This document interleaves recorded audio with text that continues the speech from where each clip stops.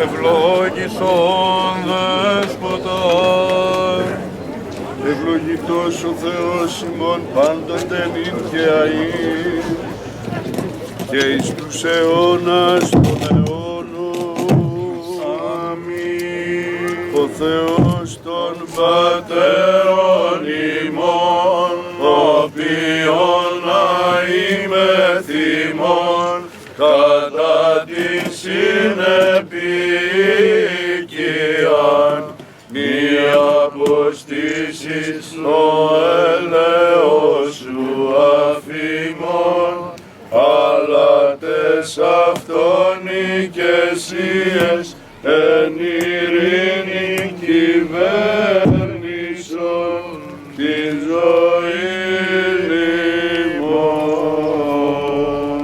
Δόξα Πατρί και Υιό και Αγίο Πνεύματι, και νυν και αεί και εις τους αιώνας των αιώνων. Αμήν. Παναγία Θεότο και Παρθένε, το χειρόν ημών τα έργα κατευθυνών και συγχώρησιν των δεσμάτων ημών αίτησε εν το ψάλιν ημάς των αγγέλων των ύμνων. Άγιος ο Θεός, Άγιος ισχυρός, Άγιος αθάνατος, ελέησον ημάς. Έλεος και αλήθεια συνήντησαν δικαιοσύνη και ειρήνην κατεφίλησαν. Πρόσχομεν. Ευδόκησας Κύριε τη γη σου. Σοφία. Προστή των επιστολής Παύλου το ανάγνωσμα. Πρόσχομεν. Τεκνοντείτε πιστός ο λόγος και περί του τον βούλο μέσα διαβεβαίου πούστε.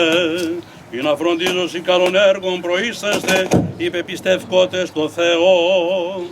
Ταύτα εστίν καλά και ωφέλιμα της ανθρώπης, μωράς δε συζητήσεις και γενεαλογίας, και έρην και μάχας νομικάς περίστατο, η συγκάραν ωφέλης και μάταιη, ερετικών άνθρωπων μεταμίαν και δευτέραν νουθεσίαν παρετού, ειδός ότι εξέστραπτε, ότι ούτως και αμαρτάν ιών αυτοκατάκριτος, μανθανέτος αν δε ημέτεροι καλών έργων προείσταστε εις τας αναγκαίας χρειάς.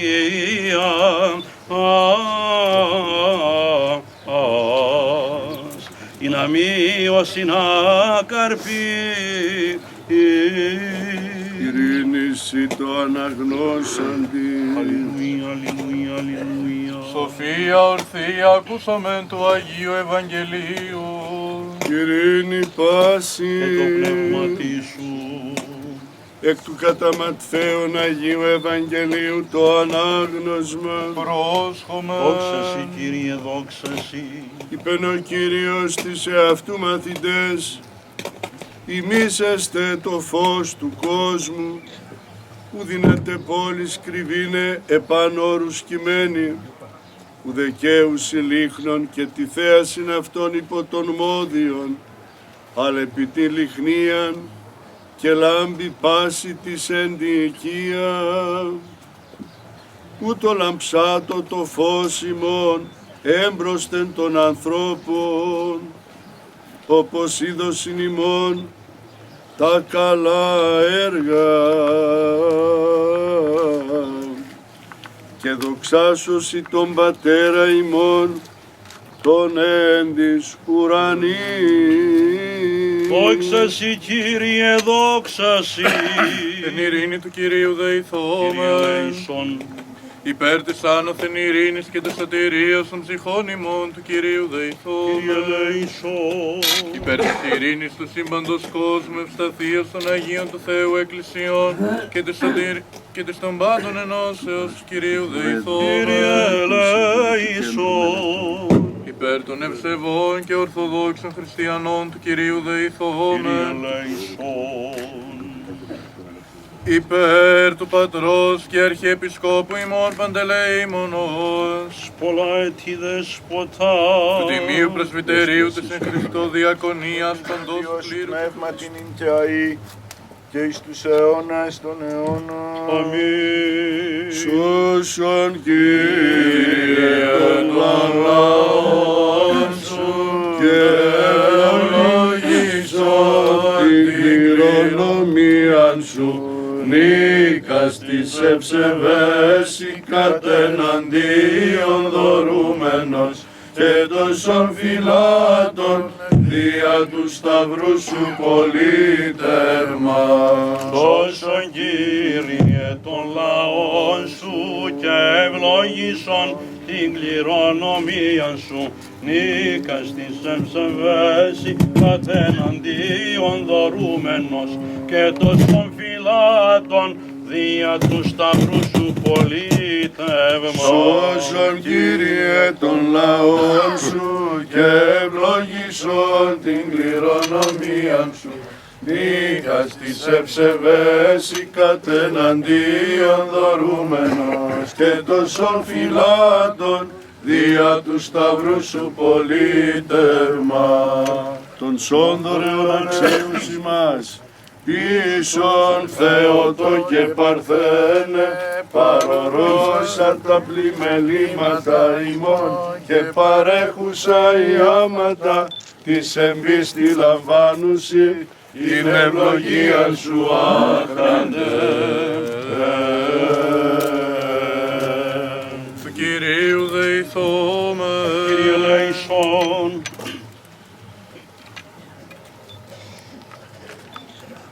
Κύριε Ιησού Χριστέ, ποιμήν και αμνέ του Θεού του ζώντος, ο εν φάτνη ανακληθής και εν μέσω δύο ζώντων γνωστής, ο διάκραν ταπείνωση καθεστής επιπόλου όνου, ιών υποζυγίου, ο την κτίσιν πάσα κυβερνών και διδούς της πάση τροφήν και πνοήν και τα πάντα, ο η ζωήν και απόλαυσιν ημετέραν τα εγκόσμια αγαθά αυθόνος παρέχων, ο μάνα επομβρίσας εν ερήμο και διαθρέψας τον λαό σου, ο το άλευρον της συντονίτιδος χείρας δια ηλιού ευλογήσας, τες πρεσβείες της Παναχράντου σου Μητρός, δεσποίνης ημών Θεοτόκου και η Παρθένου Μαρίας, του τιμίου ενδόξου προφήτου προδρόμου και βαπτιστού Ιωάννου, του Αγίης Πατρός ημών Αλεξάνδρου Αρχιεπισκόπου Κωνσταντινούπολεως, του Αγίου ενδόξου Αποστόλου Ιακώβου του Αδελφοθέου, ού την ιεράν μνήμην επιτελούμεν και πάντων στον Αγίον, ελεήσε και σώσε ημάς, ως αγαθός, φιλάνθρωπος και ελεήμων Θεός, διευχών των Αγίων Πατέρων ημών. Κύριε Ιησού Χριστέ ο Θεός, ελέησον και σώσον ημάς. Δεσπότου ημών, Κύριε Ιησού Χριστέ ο Θεός, ελέησον και σώσον ημάς. Κύριε Υπουργέ, εντιμότατοι άνθρωπες, ενδοξότατοι αξιωματικοί στρατού και αστυνομίας, μια Κυριακή, κυρίες και κύριοι, μια Κυριακή του Οκτωβρίου, ηλιόλουστη όπως είναι και σήμερα, σε αυτόν εδώ τον χώρο πριν από 10 χρόνια, το 2006, με τον μακαριστό Αρχιεπίσκοπο Χριστόδουλο, κάναμε τον αγιασμό για την έναρξη των εργασιών της ανακαίνησης του μουσείου, δεν ακούγεται, του Μουσείου Αλέξανδρος Μπαλτατζής. Ένας γόνος της Ξάνθης,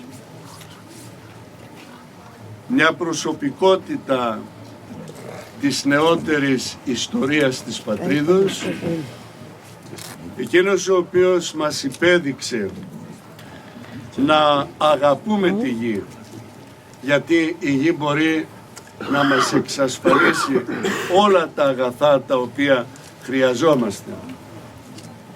Εκείνος ο οποίος συνέβαλε στο συνεταιριστικό σύστημα και θα έλεγα ότι ανέβασε το εργατικό ζήτημα και σαν Υπουργός Γεωργίας. Εκείνος σήμερα από τον ουρανό, από τη γειτονιά των αγγέλων, όπως λέμε, μας παρακολουθεί και χαίρεται. Βέβαια, όλα τα τελευταία χρόνια έχω την αίσθηση ότι λυπάται, γιατί εμείς οι σύγχρονοι Έλληνες περιφρονήσαμε τη γη. Μέναμε στις επιδόσεις που μας έδινε η Ευρωπαϊκή Ένωση. Είναι καιρός λοιπόν να την ξαναγαπήσουμε και να ξαναζήσουμε σε αυτήν. Όσοι μεγαλώσαμε στην επαρχία, και εγώ μεγάλωσα σε ένα καπνοχώρι της Χαλκιδικής που φυτεύαν μπασμά, το ευγενές αυτό είδος του καπνού. Ξέρουμε και τον αγώνα και την αγωνία του αγρότη, αλλά και τη χαρά το να ενασχολείται κανείς με τη γη, γιατί η γη είναι κάτι οικία προς εμάς. Από εκείνη ήρθαμε και σε εκείνη επιστρέφουμε όταν φύγει το Πνεύμα του Θεού. Να πω ένα μεγάλο ευχαριστώ σε εκείνον που βρίσκεται στους ουρανούς για ό,τι πρόσφερε όχι μόνο στην περιοχή της Ξάνθης αλλά και σε όλη την πατρίδα, σε ό,τι έχει σχέση με τον αγροτικό κόσμο. Να ευχηθώ ο Θεός να αναπαύσει την ψυχή του στις σκηνές των δικαίων, να αναδείξει τέτοιους ανθρώπους οραματιστάς που θα μας εμπνεύσουν την αγάπη προς την Μάνα Γη. Και να συγχαρώ τον Πρόεδρο, τα μέλη του Διοικητικού Συμβουλίου, του Κέντρου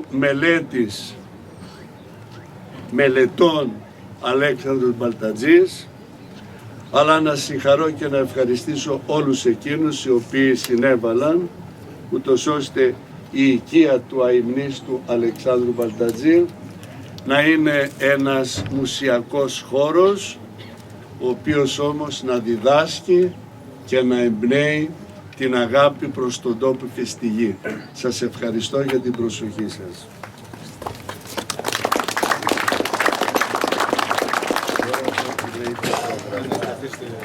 Πρόεδρε, καθίστε όμως, μη στέκεστε.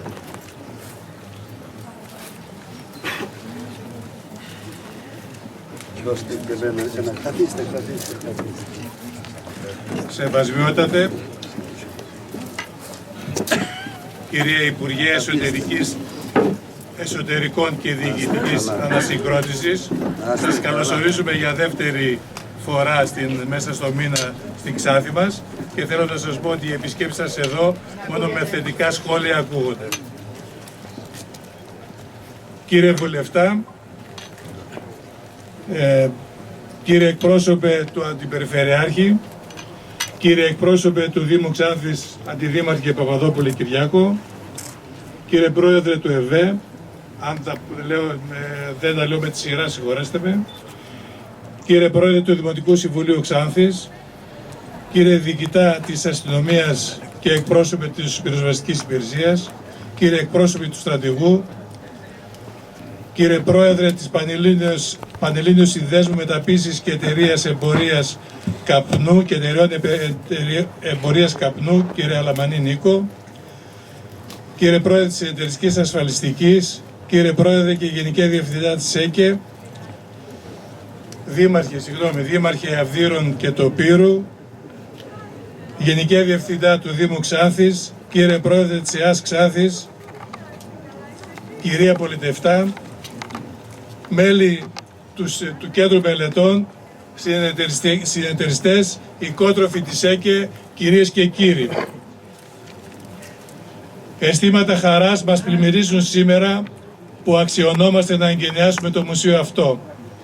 Αυτό το μουσείο που τον Οκτώβριο του 2006 θεμελίωσε σε μία από τις τελευταίες επισκέψεις του στη Θράκη ο μακαριστός Αρχιεπίσκοπος Αθηνών και Πάσης Ελλάδος Χριστόδουλος, άξιο τέκνο της Ξανθιώτικης γης.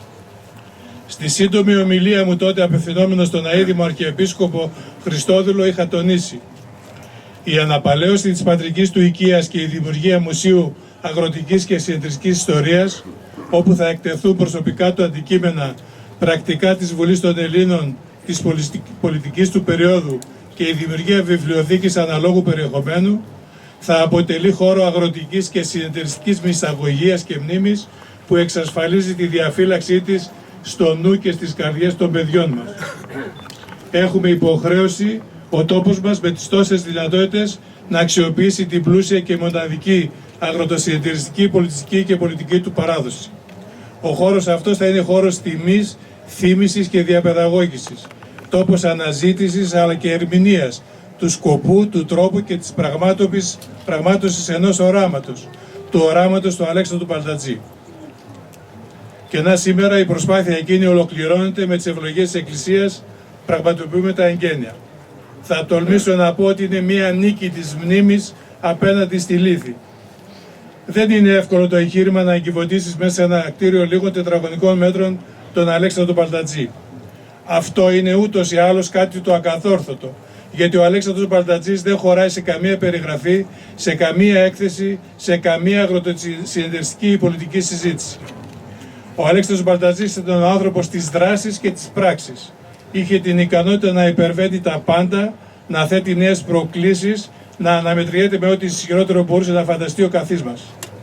Ο Αλέξανδρος Μπαλτατζής, αυτός ο πεισματάρης καυκάυσιος, με το επιχειρηματικό δαιμόνιο, την ακατάβλητη ζωτικότητα και εργατικότητα, την μοναδική ικανότητα να συλλαμβάνει πρωτοποριακές ιδέες και να τις υλοποιεί, θα μπορούσε να ήταν ένας από τους πλουσιότερους ανθρώπους της πατρίδος μας. Δεν έγινε γιατί το συνεπήρε από νεαρό μαθητή ακόμα το πάθος για τη συνεταιριστική ιδέα. Ο μόνος δρόμος για να βγει από την αθλιότητα και να απαλλαγεί από την εκμετάλλευση ο αγροτικός κόσμος της χώρας.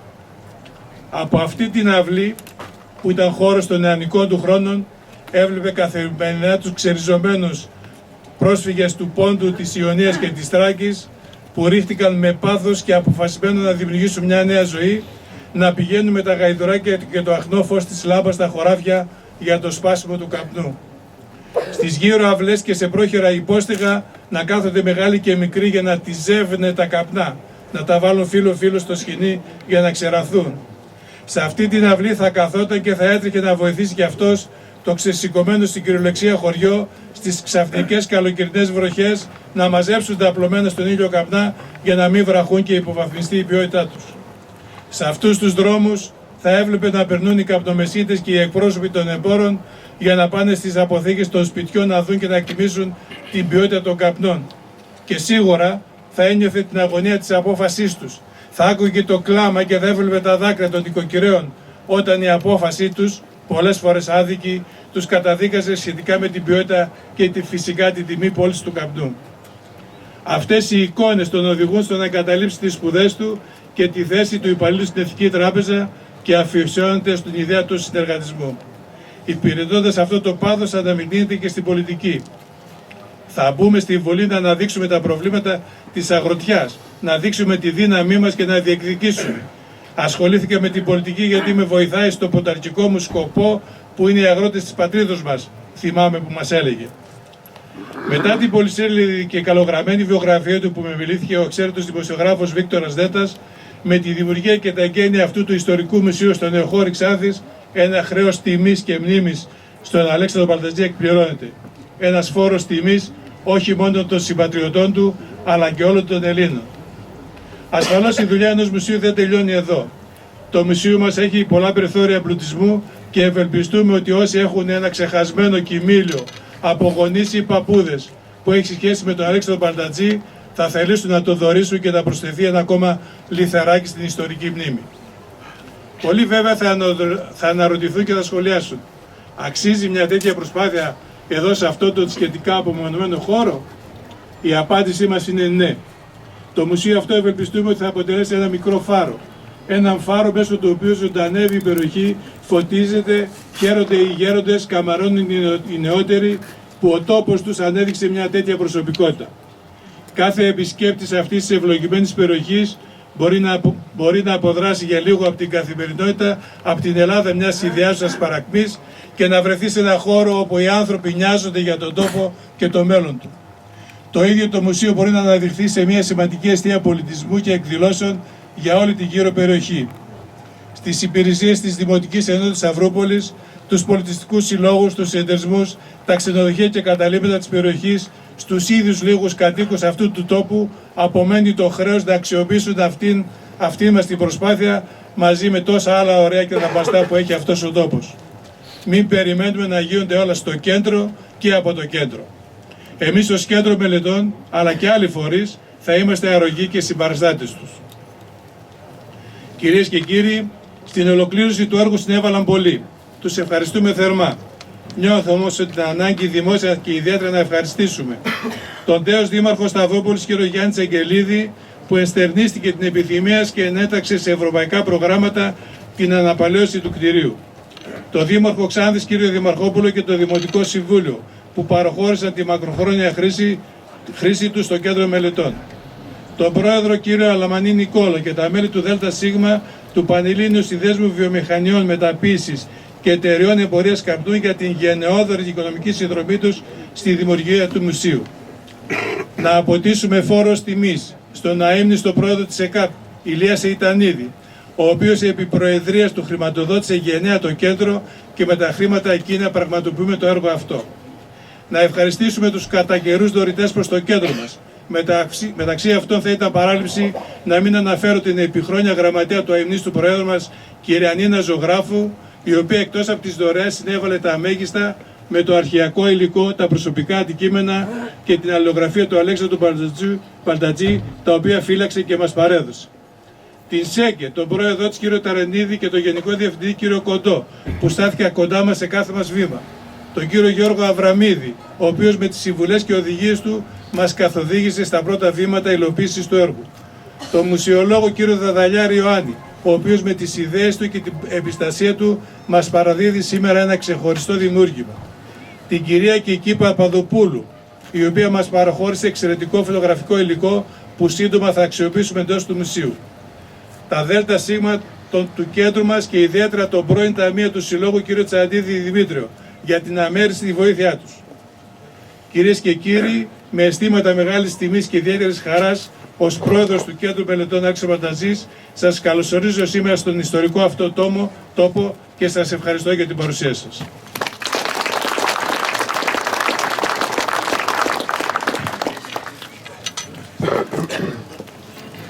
Σεβασμιότατε, αγαπητοί συνάδελφοι στη Βουλή, εκπρόσωποι των στρατικών αστυνομικών αρχών, κύριε Δήμαρχοι, κύριοι Πρόεδροι, κύριε Πρόεδρε του Κέντρου, χαίρομαι που βρίσκομαι σε αυτό τον ιστορικό χώρο. Το θεωρώ τιμή ότι θα είμαι μαζί με άλλους οι οποίοι εργάστηκαν για αυτό το έργο και θα εγκαινιάσουμε αυτό το οποίο θα μείνει για τους επόμενους. Ο Αλέξανδρος Μπαλτατζής είναι ένας από αυτούς που πέρασαν στην ιστορία, την νεότερη ιστορία της Ελλάδος, ως ένας τελικά πολιτικός, αλλά ένας απλός άνθρωπος, ο οποίος θυσιάστηκε ή τέλος πάντων έδωσε τον καλύτερο εαυτό του για τις ιδέες του, για τον ελληνικό αγροτικό συνεταιρισμό και όχι μόνο για τη δημοκρατία και για την ελευθερία. Οι ιδέες του φτάνουν στα σήμερα, πολλές από αυτές κακώς δεν εφαρμόστηκαν ή εφαρμόστηκαν πλημελώς για την παραγωγή αυτού του τόπου που είναι η κινητήριος δύναμης και την οποία εγκαταλείψαμε, όπως ήδη είπε ο δεσπότης μας. Αυτό λοιπόν που συμβαίνει εδώ, αυτό που σήμερα εγκαινιάζουμε, είναι ένας ταπεινός φόρος αποτίμησης τιμής και εκ μέρους της κυβέρνησης που παλεύει και αυτή να κρατήσει τις αρχές τις οποίες ενέπνευσε και για τις οποίες πολέμησε και αγωνίστηκε ο αείμνηστος Αλέξανδρος Μπαλτατζής, συνεχίζοντας αυτό το έργο, προσπαθώντας και εμείς να κάνουμε ό,τι μπορούμε καλύτερο, σε ένα περιβάλλον το οποίο το οποίο βιώνουμε το άκρα του παγκοσμιοποιημένου συστήματος και του άκρατου νεοφιλελευθερισμού, χωρίς να δίνουμε κανένα ενδιαφέρον στους πολίτες, στις ανάγκες τους. Το θεσμό των υποτρόφων της ΕΚΕ, όπου σπουδάσαμε περίπου 400 παιδιά καπνοπαραγωγών στη γεωπονία ή σε οικονομικές επιστήμες. Ο Μπαλτατζής γνώριζε πολύ καλά ότι η αποδοτικότητα μιας συνεταιριστικής οργάνωσης εξαρτάται κυρίως από τα στελέχη του.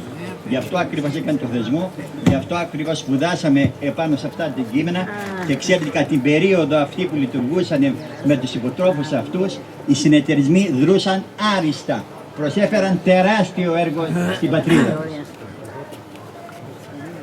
Πραγματικά όσο περισσότερο μελετούμε το έργο του Μπαλτατζή, μένεις έκπληκτος. Εγώ καλλιεργώ αυτή την επιστήμη όπως και άλλοι συνάδελφοι. Σας λέω ειλικρινά, δεν ξέρω αν παγκοσμίως υπάρχει άλλος ηγέτης που προσέφερε τόσο πολύ. Πάντως είναι ο μοναδικός, ο οποίος έκανε στην πράξη την εφαρμογή της συνεταιριστικής ιδέας με πολύ μεγάλη επιτυχία. Εμπνεώμενοι εμείς από το έργο του, εμείς οι υπότροφοι, βάλαμε το βολό μας και δημιουργήσαμε μια υποτροφία για μεταπτυχιακό φοιτητή που θα σπουδάσει επάνω στους συνεταιρισμούς και τη συνεταιριστική εμπορία. Είναι το κέριο σημείο. Το κύριο έργο των συνεταιρισμών είναι πώς να κάνουν επιτυχημένα τη διάθεση των προϊόντων που παράγουν η παραγωγή μας. Εκεί είναι το κέριο σημείο. Αν εκεί λοιπόν μπορούμε να πετύχουμε, θα κάνουμε ειλικρινά θαύματα. Κύριε Πρόεδρε του Ιδρύματος, εμείς οι υπόλοιποι είμαστε στη διάθεσή σας, οποτεδήποτε θελήσετε να συμβάλλουμε στον εξοπλισμό και οποιαδήποτε διεύρυνση του Ιδρύματος. Ευχαριστούμε πολύ.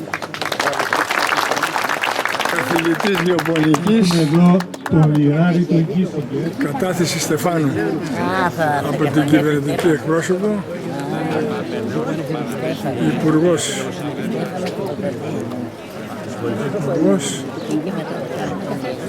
καταθέσει Στεφάνου. Στην πρωτομή του Αλέξανδρου Μπαλτατζή.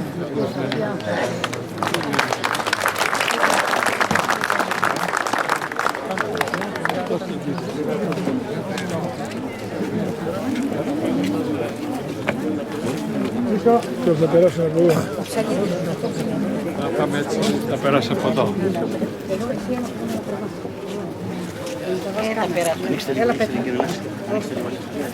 Το ψαλίδι εδώ και η κορδέλα για τα εγγένεια του μουσείου.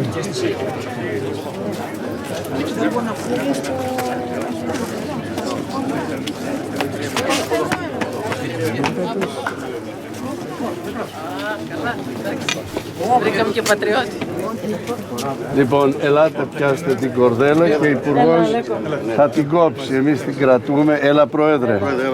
Έλα Πρόεδρε. Μήπως εσείς? Όχι εσείς, εμείς κρατάμε την κορδέλα. Ελάτε. Μισό λεπτάκι λίγο, εδώ θα σας παρακαλέσουμε, να μας δώσετε λίγο χρόνο. Εντάξει. Ένα λεπτό ακόμα, σας παρακαλώ πολύ. Συγκινημένη κυρία Νίνα, δικαιολογημένα.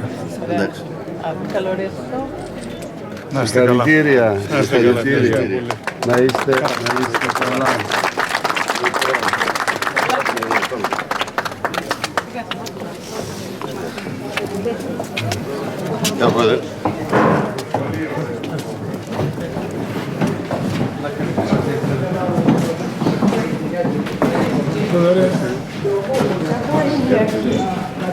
Ο Αλέξανδρος Μπαλτατζής γεννήθηκε το 1904 από πατέρας μετανάστη. Ο πατέρας ήταν από την οικογένεια του Πρόγονου. Οι πρόγονοι του ήταν εξέχουσες προσωπικότητες στην δημοκρατία. Αυτός εδώ είναι ο προπάπος. Αυτή η στολή είναι η στολή αρχιμεταλλουργού του Πόντου. Οι αρχιμεταλλουργοί στον Πόντο ήταν σημαίνουσες προσωπικότητες. Είχαν πάρα πολλά αξιώματα και πολύ μεγάλη δύναμη. είχαν εξουσία επάνω και στους Τούρκους και στους Έλληνες. Έπαιρναν κατευθείαν το σπαθί αυτό που βλέπετε, κατευθείαν από το Σουλτάνο. Και με αυτό το σπαθί είχαν την μεγάλη εξουσία. Ο Αλέξανδρος Μπαγδατζής, ο πατέρας του σαν μετανάστης που ήταν, όταν έφυγε από τον Πόντο, είχε αφήσει τη γυναίκα του με 3 αγόρια, τα οποία φοιτούσαν στο φροντιστήριο της Αργυρούπολης, έτσι λέγεται. Αυτό ήταν το μικρό φροντιστήριο και υπήρχε και το μεγάλο φροντιστήριο της Τραπεζούντος. Ύστερα από πολλά χρόνια ο πατέρας του, ο οποίος διέπρεψε ως μεγάλος εργολάβος και έκανε πολύ μεγάλη περιουσία, γύρισε στον Πόντο να δει και τη γυναίκα του και τα παιδιά του. Με την ευκαιρία πήρε την οικογένειά του, πήγε στη Ρωσία και εκεί γεννήθηκε ο Αλέξανδρος Μπαγδατζής. Δεν γεννήθηκε στον Πόντο. Λοιπόν, ο πατέρας του ήταν πολύ ευκατάστατος, είχε κάνει πολύ μεγάλη περιουσία. Είχε αυτό το ξενοδοχείο, το οποίο ήταν σε ολόκληρη την περίοδο της Σοβιετικής επικράτειας. Το ξενοδοχείο αυτό ήταν σε καλή κατάσταση. Μετά το πέσιμο της Σοβιετικής Ένωσης, του καθεστώτος, έγινε εμφύλιος μεταξύ των Αχπαζίων και των Γεωργιανών και το έκαψαν το ξενοδοχείο. Σε ολόκληρη την περίοδο της Σοβιετικής Ένωσης υπήρχε. Εδώ, όταν μετά τον εμφύλιο πόλεμο των κόκκινων και των λευκών στη Σοβιετική Ένωση, όταν ο κόκκινος στρατός έμπαινε στο Σοχούμ, ο Αλέξανδρος Μπαγδατζής έφυγε με την οικογένειά του, πήγε στην αρχή στη Κωνσταντινούπολη, εγκατεστάθησαν εκεί στη Μακρά Γέφυρα τη λεγόμενη και από εκεί ήρθαν στο Νεοχώρι. Εδώ ο πατέρας του πήρε αγροτική αποκατάσταση και ο Αλέξανδρος, ο οποίος ήταν νεαρός, και ο πατέρας του παστήριζε τότε τον Αλέξανδρο Παπαναστασίου,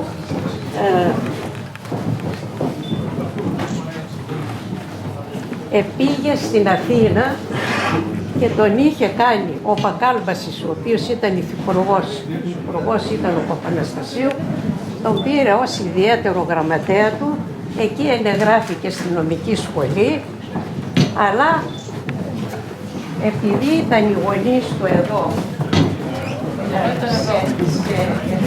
σε ηλικία εξωτερική και οι άνθρωποι ύστερα από την εύκολη ζωή που έζησαν βρέθηκαν στον Νεοχώρι, ήταν ο νους του εδώ και στους γονείς αλλά και στον κόσμο τον προσφυγικό, ο οποίος ζούσε σε πολύ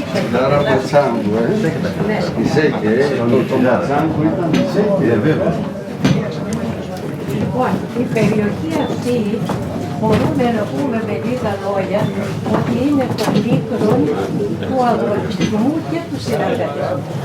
Ο Αλέξανδρος Μπαγδατζής από εδώ ξεκίνησε δημιουργώντας τον ιστορικό συνεταιρισμό και αναγέννηση.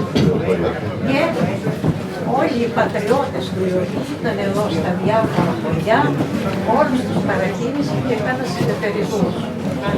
Μετά, με τους συνεταιρισμούς, πήρε συνένωση συνεταιρισμών από την Αγροτική Τράπεζα, απέσπασε τον Βασίλειο Ινατζή, ο οποίος ήταν μια μεγάλη προσωπικότητα, πολύ αξιόλογη προσωπικότητα, διέπρεψε σε όλους τους τομείς στους οποίους εργάστηκε και μαζί δημιούργησε μια πολύ σπουδαία ένωση. Από εκεί έκανε την Πανελλήνιο το 1936, έκανε την Πασιαγές, αλλά γρήγορα έγινε η δικτατορία. Η δικτατορία είχε καταργήσει όλους τους αιρετούς και ο Αλέξανδρος Μπαγδατζής, ενθυμούμενος ότι είναι φοιτητής παρελθόντων ετών, όπως έλεγε ο ίδιος. Πήγε στην Αθήνα, τελείωσε την νομική. Ακριβώς για το συνεταιριστικό κίνημα και τον λαό θα προήλθε και τις φραγίδες των πρώτων εποχής. Και τις παραμονές του Αλβανικού πολέμου άρχισε να δικηγορεί. Κάτω στην Αθήνα. Όχι στη Σάμβα. Μετά στην κατοχή φρόντισε να φύγει στη Μέση Ανατολή, αλλά δεν τα κατάφερε. Ναι, δεν τα κατάφερε και όλα αυτά τα χρόνια ζούσε μεταξύ Τρικάλου και Θεσσαλονίκης, όπου και εκεί δεν μπορούσε φυσικά να δικηγορήσει. Και μαζί με φίλους του είχε κάνει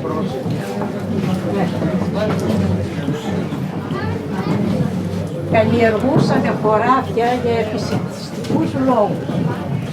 Και εκεί ακόμη έκανε αυτό που έπρεπε να κάνει για να βοηθήσει τους πρόσφυγες που είχαν φύγει από την Βουλγαρική κατοχή. Γεια σου. Κύριε Δουμανίσα, μπροστά. Α, τι πατριώτες. Ναι, εγώ είμαι στη ΣΠΕΚ. Α, μάλιστα. Τι κάνετε, καλά είστε? Πού μένετε?